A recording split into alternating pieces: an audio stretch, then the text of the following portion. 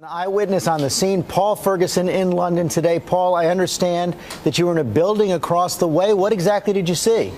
Well, a few minutes before 8 o'clock our local time, I was just happening to look out of the window and thought, crikey, what's going on there? There was a flash in the sky.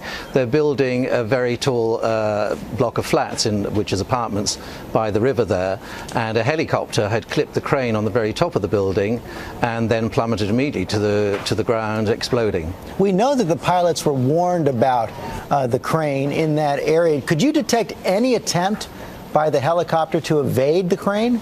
When I looked up, no, it was either its propeller wings or its footplate had just snatched onto the side of the crane. But it was a very typical London wintry morning in that it was very, very foggy. The mist was covering the building, and I did not see any of the usual red safety lights glowing in the dark that would have advised the helicopter of its proximity to the building. So the helicopter may not have ever seen the crane at all. And what happened exactly after contact? After contact, very suddenly, it just plummeted to the ground and exploded, and huge plumes of smoke that came out.